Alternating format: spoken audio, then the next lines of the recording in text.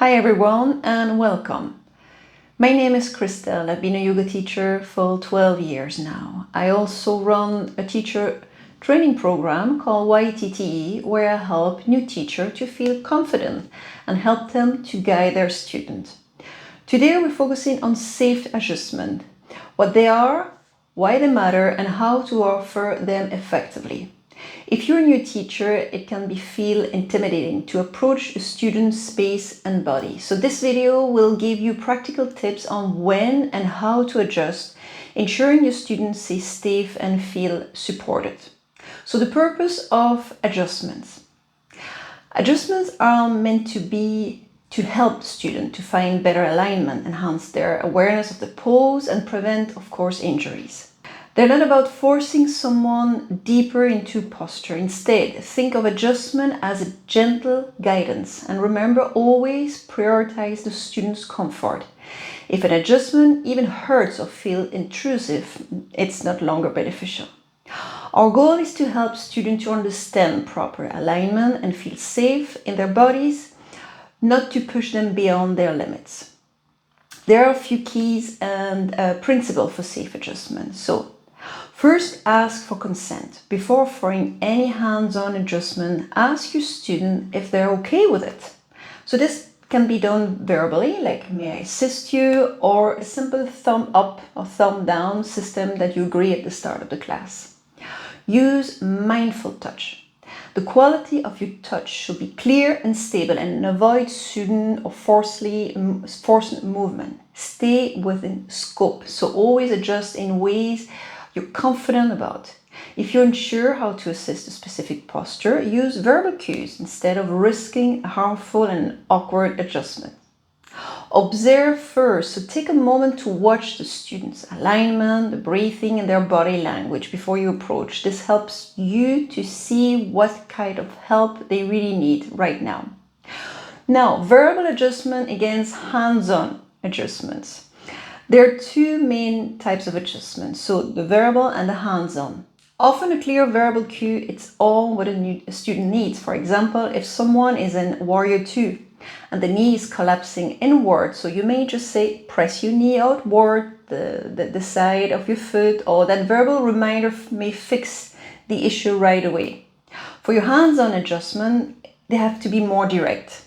You physically guide the student to a safer or more aligned position. But remember that not everyone likes to be touched and some students may have past trauma or injury. So always respect the boundaries and use hands-on adjustment but thoughtfully. Now, observing the alignment before you adjust. That means before you give any adjustment, take a breath and really look at the student. What do you notice? They're rounding their lower back, that may signal you that they have tight hamstring or tight hips.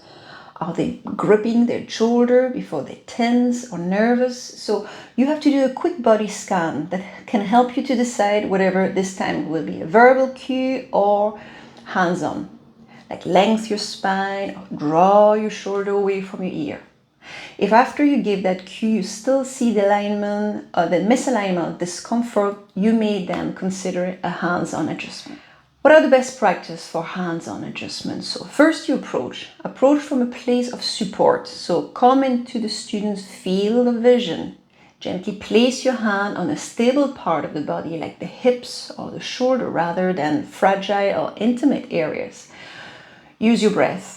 As you make contact, encourage the student to inhale, to create space, and then guide them during their exhalation for a gentle adjustment. This makes the adjustment feel more comfortable, natural, and less jarring. And then be specific. For instance, in your downward dog, you may place your hands on the hips and gently press them up and back to lengthen the spine, but keep your touch firm and comfortable.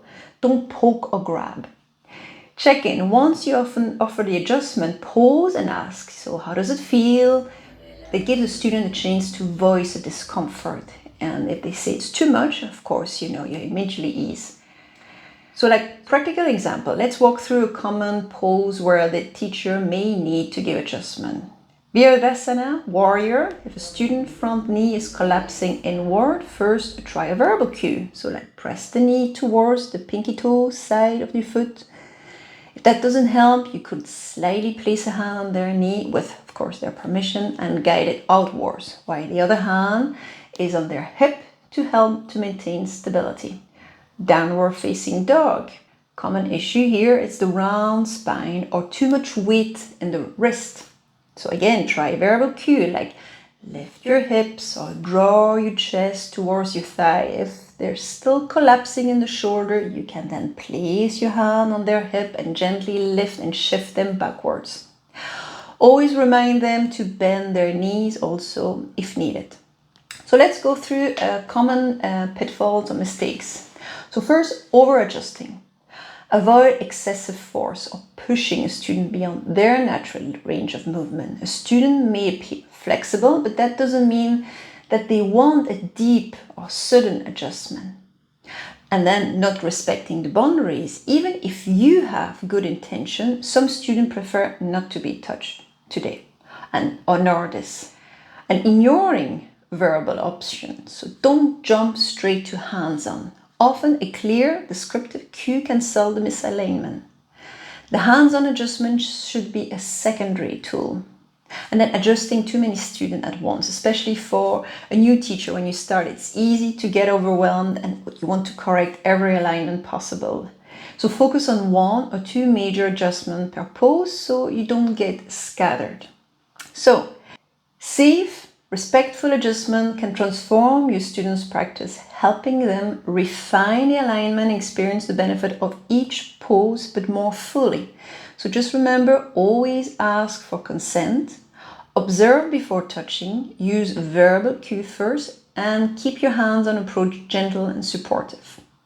And then with practice, you will become more attuned to what each student needs. Over time, your confidence will grow, sure, and you will develop your unique style of offering the adjustment.